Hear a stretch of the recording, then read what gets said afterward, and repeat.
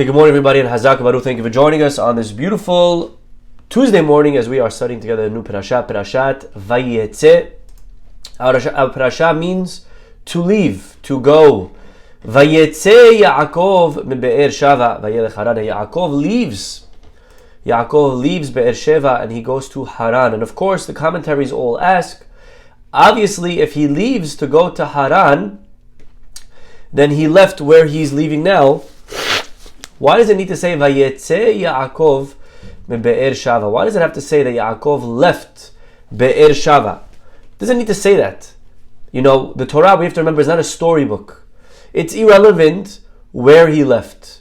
What matters is where he's going to, right? On Pesach, you need to know where you came from. Min wen jaye min Mizrahi. You have to know, where'd you come from? Egypt. Where are you going? To Jerusalem. But in the Pasuk, it doesn't matter. Actually, if you go back just a few psukim, last week's parasha ended, Vayishlach Yitzchak et Yaakov Vayelech Padena Aram. It says that he went to Padena Aram. Does it say where he left from? It doesn't say where he left from, because who cares? So what is Torah telling us over here? By adding the few words, Vayetze Yaakov Mebe'er Shava. It's not really relevant. What's more relevant is that he went to Haran. And Rashi over here comes and gives us the answer based on the Midrash, my friends. And we're going to spend today's class, God willing, understanding this Rashi. But Rashi tells us, Magi to teach you, Sheyetziat tzadik min hamakom osa roshem. This is coming to tell you a very important rule. It's telling you that he left, and then it's telling you again that he went to Haran, because we're here to tell you a lesson. That when a tzaddik leaves, it's not only he who leaves, but like the Rashi says, Bizman shehat tzaddik ba'ir, so long that there's a righteous person living in your town. Hu hoda, hu ziva, hu hadara. He is its hod, its glory. He is its ziv, the splendor, the shine. Hu hadara, he is the beauty. Yatsa misham, and the moment he leaves, pana hoda, pana ziva, pana hadara. The moment he leaves, the glory, the splendor, the beauty also leaves with the tzaddik. V'chen, and similarly we find Vatetse min hamakom ha'amur ben Naomi verut. We find when Ruth heads back to Israel after her husband dies, the pasuk says Vatetse min hamakom. They leave the place, again unnecessary, and it's to teach you not just that they left. We don't need to know that they left, but it's telling you a much bigger lesson. And that is again that so long that a righteous person is dwelling in a city, that righteous person is giving and he's benefiting the city with his honor, with his glory, with his beauty. My friend, let's read together today what the beautiful Rabbeinu Bachye wants to teach us. Take a look. And we know that Rabbeinu Bachye begins every parasha with a beautiful pasuk from Mishle. Again, who wrote Mishle? Who remembers? Mishle was written by Shlomo HaMelech, Proverbs, the book of Mishle. And he quotes the following pasuk in chapter 11. Bebirkat yesharim tarum karet. Ubfi reshaim. What does that mean? By the way, let's just explain. Bebirkat yesharim, the blessing of a straight person, tarum karet. What does that mean? A city will be built. Ubfi reshaim tehares. And with the mouth of the wicked it will be destroyed. And now, let's see what Rabbeinu Bachye wants to teach us. Shlomo HaMelech alav shalom hiskir besifro klal kol hamidot. Rabbeinu Bachye over here, this is very important to Rabbeinu Bachye, because he's telling us over here a rule in general when studying Mishle. He says you need to know that in the course of the book, Solomon is going to mention all types of midot hamudot ve'hamegunot, positive and negative virtues. Veyesh bichlal dvarav hatzadik hefech harasha. Always, you're going to find when you learn Proverbs, Shlomo HaMelech will write that a good person will do this, but the bad person will do that. That's his whole book. And he's writing one thing and the opposite. And as an example, he'll write that the tzaddik does this, and the rasha does that. Or the yashar does this, and the boged does that, because these are the opposites, right? Righteous and wicked, or upright and devious. כי כן כיוון המידות ממש, זו לעומת זו, מידה כנגד מידה, דבר והיפוכו. So anytime you're learning Mishle, FYI, says Rabbeinu Bahye, you should know that he's going to do this. He's going to write to you in one pasuk, he's going to compare and contrast opposites. That's what he does. Umikra maleh hiskir b'zeh. I'll give you an example. Chapter 21, he says, Kofer latzadik rasha v'tahat yesharim boged. The wicked will be a ransom for the righteous, and the traitor in a place of the upright. Natana tzaddik l'umat rasha. You see clearly that a tzaddik is opposite of rasha, and a yashar is the opposite of a boged. And similarly, in chapter 11, tzidkat yesharim tatzilem v'selef bogdim yashdem.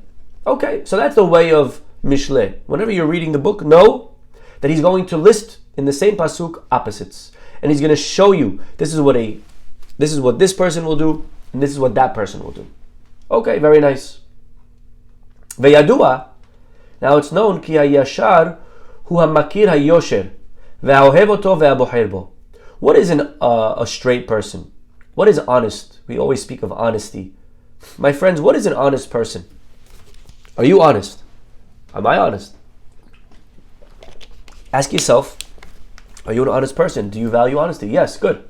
So what does it mean to be honest? A, hamakir hayosher. You have to first, to be honest, you have to knows what honesty is. You have to ohev oto, you have to cherish, treasure. Bohen, and you have to choose it. V'hu yisbol kol davar kasher. Look at this.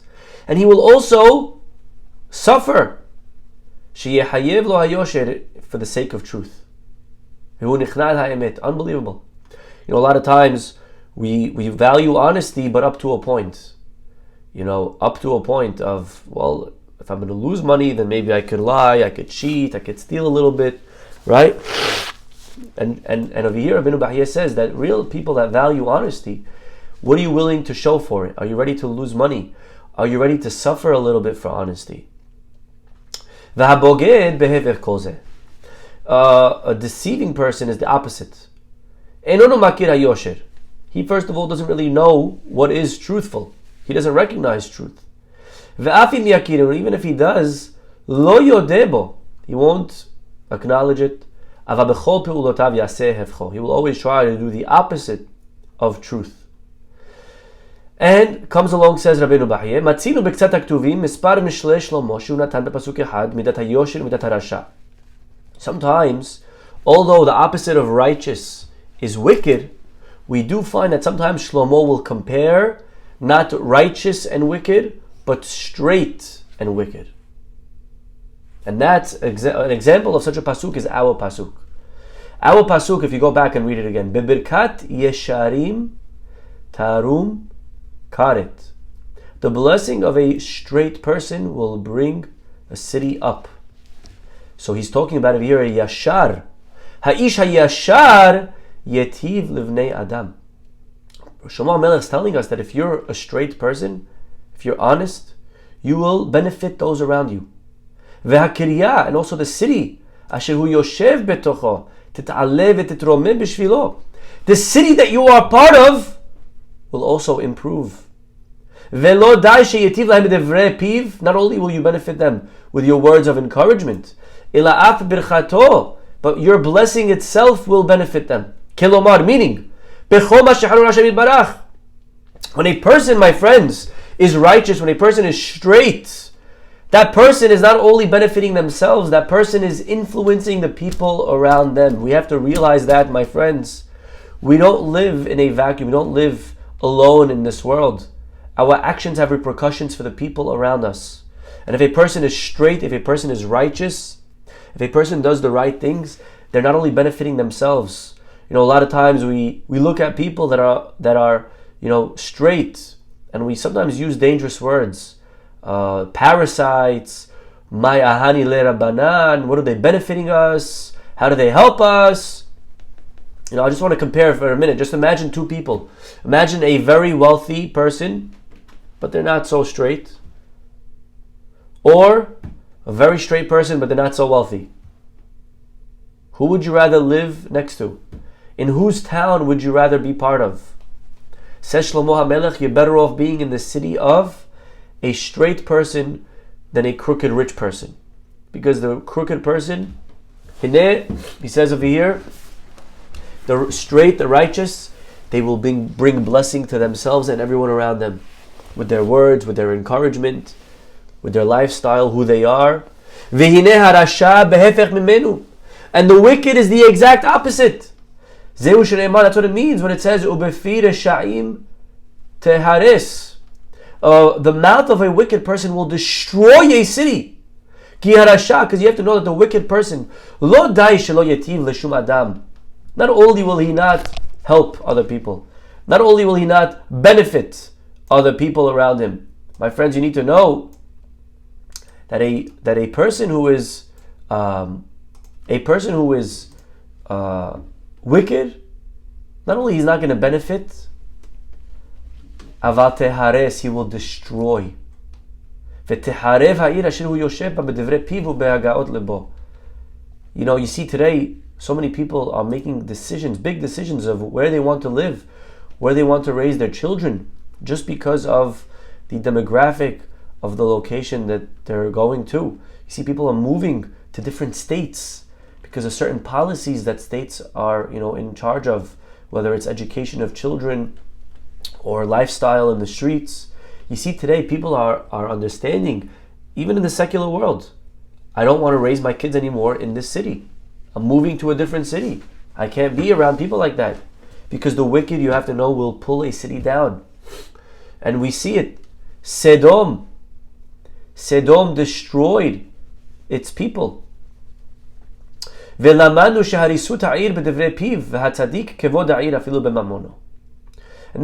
Shlomo HaMelech over here is urging a person to know. You need to know that when you are righteous, you are not only helping yourself, you're helping everyone around you. You're building up your environment. And it's a two-way message. It's a message of who you surround yourselves with. Lot moves to Sodom and he gets destroyed with them. Luckily he had Avraham to save him. So number one, who are we surrounding ourselves with? And number two, making sure that we are that positive influence. Making sure that we are straight, that we are righteous, we are lifting and bringing blessing to the city that we are in. We can bring blessing. A person may say, well, it's only a guy like Yaakov Avinu. Yaakov, he left. Vayetze Yaakov, when he left the city of Be'er Sheva, so not only did he leave, he left, and his Hod, and his Ziv, and his Hadar, the glory, the splendor, everything left with him. Okay, that's true. But maybe you'll say, well, that's only a guy on the caliber of Yaakov. If little me, average Joe, if I leave, all right, no big deal, I can leave. But he says, that's what Rashi says. He brings a proof from who?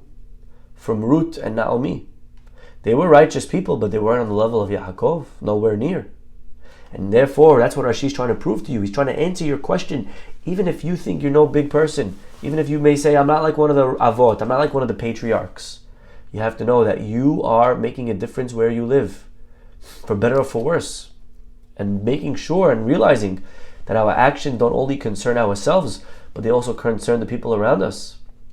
And therefore, coming back, Birkat Yesharim Tarum Karet, the blessing of a straight person will elevate a city. And therefore, person knowing this, knows how much weight is on their shoulders. And that, by the way, there's a pasuk in Kohelet. Look at this pasuk. Im yipol etz bedarom. If a tree falls in the south, ve'im batzafon, or if it falls in the north, makom sheipol ha'etz, wherever it falls, sham yehu. That's where it is. Wow. Okay. Talk about stating the obvious. Yeah? Does this pasuk not bother anybody? One more time. If a tree falls in the north or in the south, wherever it falls, that's where it is. Yes, sir. Thank you for telling me the most obvious thing I've ever heard in my life. Wherever a tree falls, that's where it is. Of course, that's where it is. Where else is it going to be? Answers Rabbeinu Bahye. Because we know a tree is a metaphor for the tzaddik. A tree gives shade to the people under it, around it. A tree doesn't only benefit itself, it benefits everyone that's around it. David HaMelech in the first chapter of Tehillim says, "V'haya ke'etz shatul al palgei mayim." A righteous person is like a tree on the bank of a river. And therefore, ha'etz shehu ha'tzadik, b'makom dirato sham yehu perotav. Wherever the tzaddik lives, that's where people will benefit from. When moving, my friends, make sure that you are moving to an area with tzaddikim. Move to an area that has righteous people, that has straight people. You will become like them. They will pull you down or they will lift you up. Move to a place with tzaddikim, and you will benefit by being near them through osmosis. Vayetze Yaakov. And Yaakov, when he leaves, Ka'asher yihsar tzaddik memenu yihsar gavra rabba me'arad Yisrael. And therefore, Yaakov, when he leaves the land of Israel, it also was felt. We have to realize that. Now it's true. The same as by Avraham. When Avraham died, there was a gap felt in the world. I mean, it has to have been. Avraham was a great person. And we know that when a tzaddik passes away in our lifetime, my friends, we feel their loss. It's not the same. You know, I grew up living in Israel for 5 years of my life, from when I was 17 till 22, 23. And I grew up for those 5 years with Acham Ovadia Yosef. I was by Rehov HaKablan dozens and dozens of times a month. You know, I was there at least 20, 30 times a year, seeing Acham Ovadia Yosef, talking about once a month, twice a month. So I grew up in a world that Acham Ovadia Yosef, you got to go, you got to feel it. And when he passed away, it just wasn't the same. Just not the same when the tzaddik leaves. When Avraham Avinu passed away, by the way, the Torah says that the Plishtim came and they clogged up the wells of Avraham. What does that mean, they clogged the wells of Avraham? Well, representing wisdom, representing knowledge, representing Torah, truth. Avraham dug wells. Avraham brought technology. Avraham made a contribution to the world. You need to know that. But once Avraham was gone, his presence was it was felt, and people tried to clog up what Avraham tried to bring down to the world. Those wells, they tried to remove them. They tried to turn the clocks back. We don't need to live like this anymore. We don't have to worry about being kind. We don't have to worry about being truthful. We don't have to worry about monotheism. They tried to block those wells, to undo all the building that Avraham did, the tzaddik builds. And when he died, the building now is very weak. And then it says that Yitzchak came and he redug those wells. But he had to do it. So when a tzaddik passes away, his loss is felt. And therefore, it's not only Yitzchak, Avraham, Yitzchak, Yaakov, they all. So the pasuk here is telling us by Yaakov, and that's an interesting question. Why does it only say it by Yaakov? Why does it have to tell us specifically by Yaakov? Why does it teach us this lesson over here? Oh, when a tzaddik leaves, so too does his presence. You didn't teach that lesson to me back by Avraham or by Yitzchak. Why are you telling it to me specifically by Yaakov? By Yaakov? Great question. The answer is because by Yaakov it's telling you even bigger hidush. When Yaakov left, my friends, were there other tzaddikim left around? Bet you bottom dollar. 100%. Who was left when Yaakov left? Were there still Jews in Be'er Sheva? Oh yeah. Yitzchak, Rivka. That is a hidush. That even though you still have righteous people that are there, it's not the same. 2 people, not the same as 3 people. And therefore, Rashi comes here to tell us, Torah comes here to tell us, Vayetze Yaakov be'er Shava. Specifically, even though there are righteous people left where he came from. Panaziva, Panahoda, Panahadara. Now on this Rashi, there is a lot to talk about. And I would like to read to you a few beautiful pieces of commentary. First commentary for today on this Rashi. What is the difference between a... Oh, by the way, the Maharal begins with a question over here. So you're coming to tell me, not that Yaakov left geographically, but you're coming to tell me that when a tzaddik like Yaakov leaves, so not only does he leave, but he takes something with him, and his absence is felt. So why are you teaching it to me here? You could have told it to me last week. At the end of the Perashah, again, it said, Vayishlach Yitzchak et Yaakov, Vayelech Padena Aram. Yitzchak sends Yaakov and he goes to Padena Aram. It could have said right then and there, Vayetze Yaakov Be'er Shava, Vayelech Padena Aram. Why does it say it in the beginning of our Perashah? This is the question of the Maharal. He says, because Dafka Perashah Azot, because it's only here that we see that Yaakov is a tzaddik when God comes to him in the dream. So here we're telling you that his absence leaves a mark. Last week, if we would have told it to you, you wouldn't know why. Why is he leaving a mark? We don't know that he's a tzaddik really so much from the text. We don't see it. It's only in this parasha that he has the dream with the ladder, which God will get to in another day. But that dream with the ladder, that's a tzaddik. And therefore I'm going to teach you the lesson over here that when he leaves, he makes a mark with him. What is the difference, by the way? Pana, look at Rashi's language. When a tzaddik leaves, so too his ziv, his hod, and his hadar leave with him. Again, in English, we translate it as glory, the splendor, the beauty. But the commentaries notice that Rashi here brings 3 different adjectives. And it's not a mistake. What are these 3 different things that leave when a tzaddik leaves? So some want to say that it's, the tzaddik brings blessing in 3 different ways. He brings blessing to the goof, to the body, to the soul, to money. So each one of those is a different one. Okay. But Maharal over here says like this.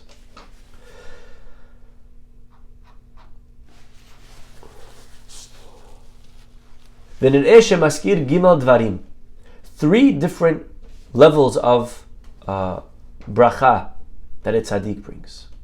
לפי שהצדיק בעיר מדריך אנשים בקרבה ביראת שמיים.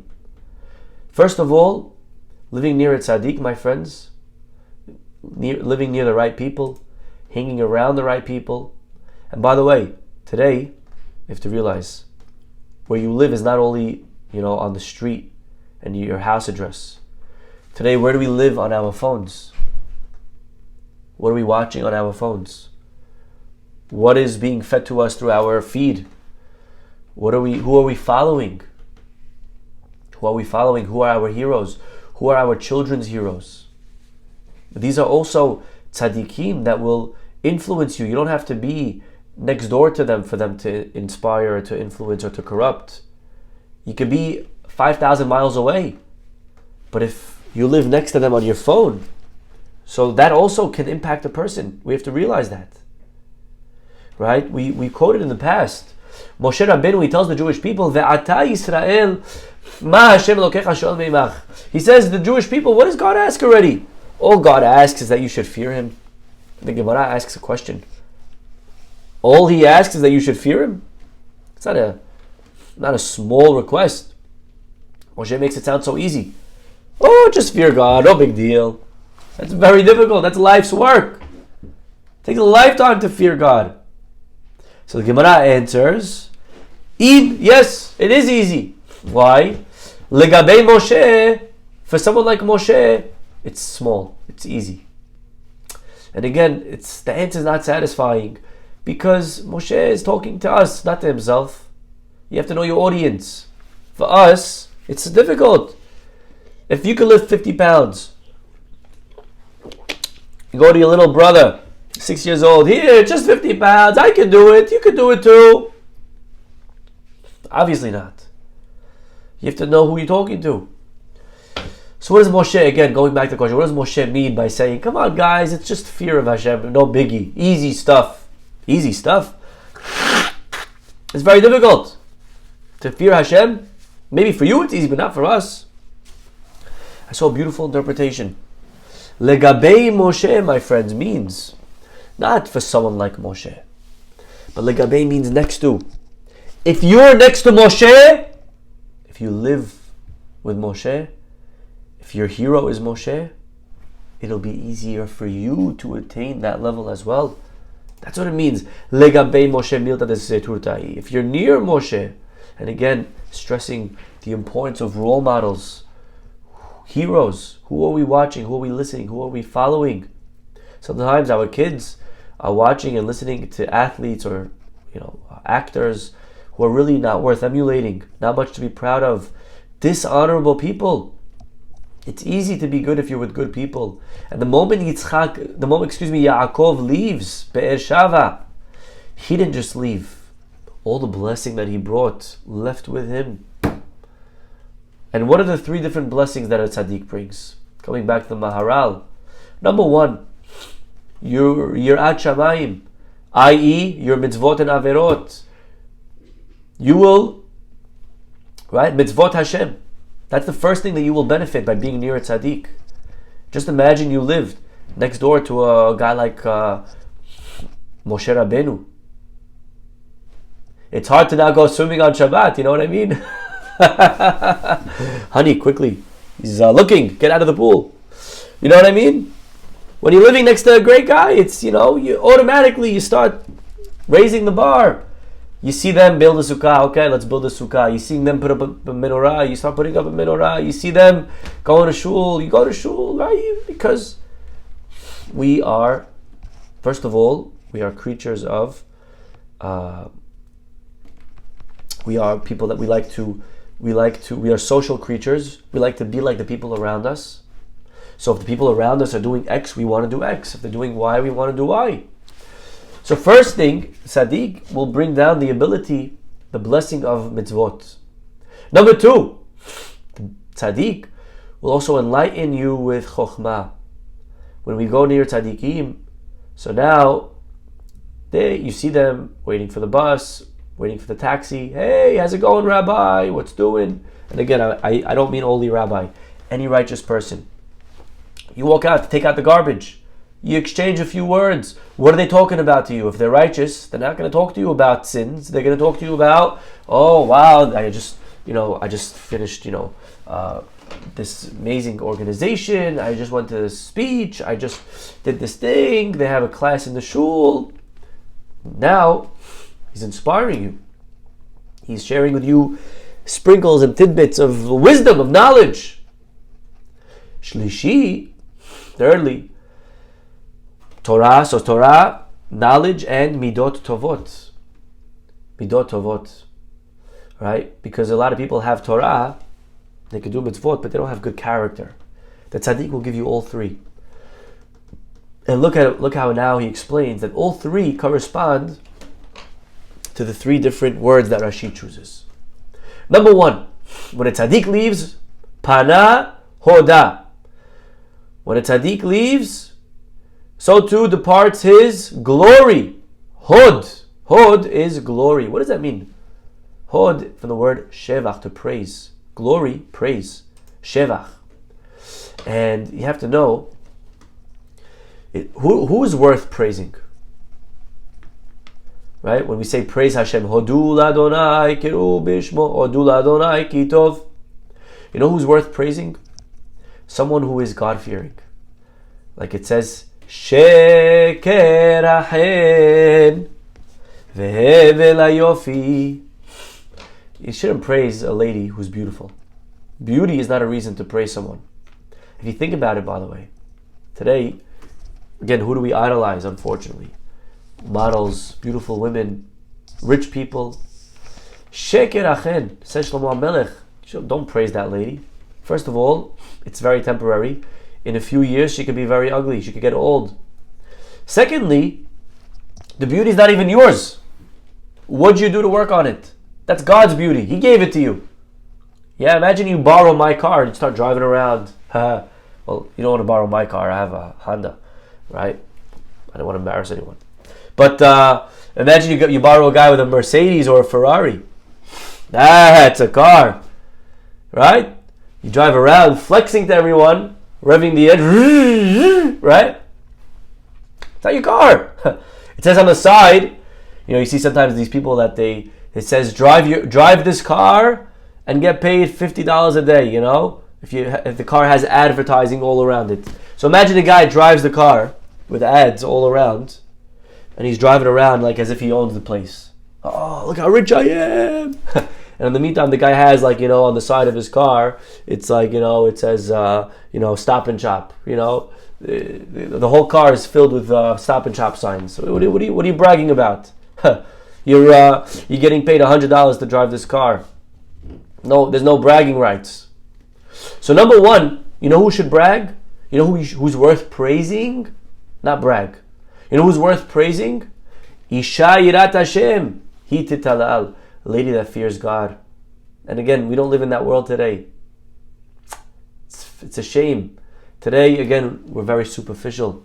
Today we're running to praise and to glorify the beautiful person on the outside, irrelevant of the inside. And Shlomo HaMelech says, Yirat Hashem, where's the fear of heaven? And which is as an extension, that's the mitzvot. So number one, pana hoda. Yeah? Hod, praise, glory. That's the mitzvot that a tzaddik will inspire you to do. Next, ziv. What's ziv? Ziv is a shine. When a tzaddik leaves, a shine leaves.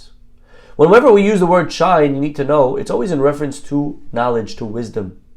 Ziv, shine. As an example, we know the Gemara says, "Man de etiel." Right, choshech. By the way, choshech, darkness, is which exile out of the four? We had Rome and Greece, and Bavel, Iraq, and Paras, Persia.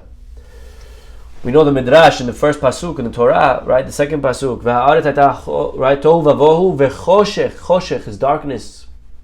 Darkness is Greece.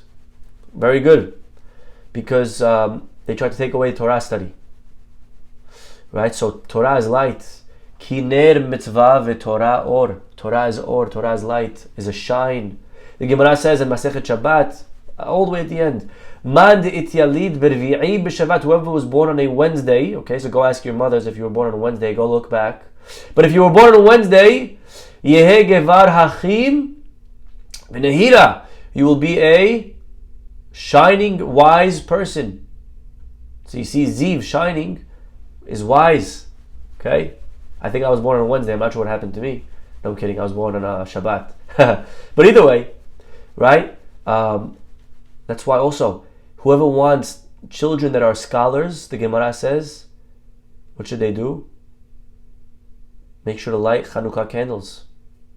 Because light candles, or is knowledge, is wisdom. And therefore, Ziva is the shine that a tzaddik will give you by teaching you. So there's a mitzvot, and there's the shine.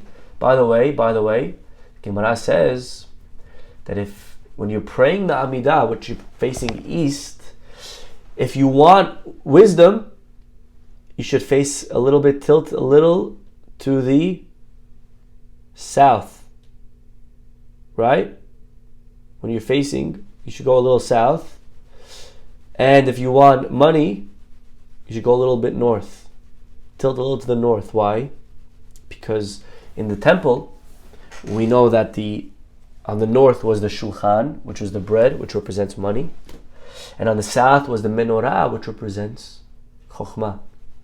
So harotze sheyahkim, if someone wants to get chokhmah, yadrim, you should face a little your feet, when you're praying the Amidah, a little bit to the darom, to the south. If you have a big deal, a business meeting, if you need Hashem to put the right words in your mouth, right? Chacham, right? Go to the south. And money, go to the north, right? Okay, so if you see a guy in the shul facing the wrong way to the north, maybe the guy has tough times with parnasah, But it doesn't mean you should face north fully, right? It just means a slight tilt to the north. But the Gemara does say, so which one is better, money or knowledge? What would you rather, money or knowledge?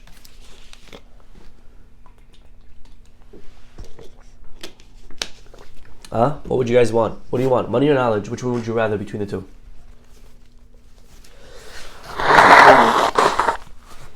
So, the truth is, knowledge is better. Because if I give you money, but you don't have knowledge, you're going to lose it. Right? And if you have knowledge, then you'll be able to make money. Right? So the truth is, chokhmah, chacham, is nothing more valuable than that. And that's, again, the ziv, that's the shine. Moshe Rabbeinu came down from the mountain with a shine on his face. Again, so I'm just different points to prove that the ziv is the shine, which is aka knowledge. Okay. And finally, hoda, ziva, and hadara. What's hadara? Hurem is al-midat, al-hamidot. That's alluding to the good character. Hadar in English is beauty. A beautiful person is not necessarily someone who's doing mitzvot.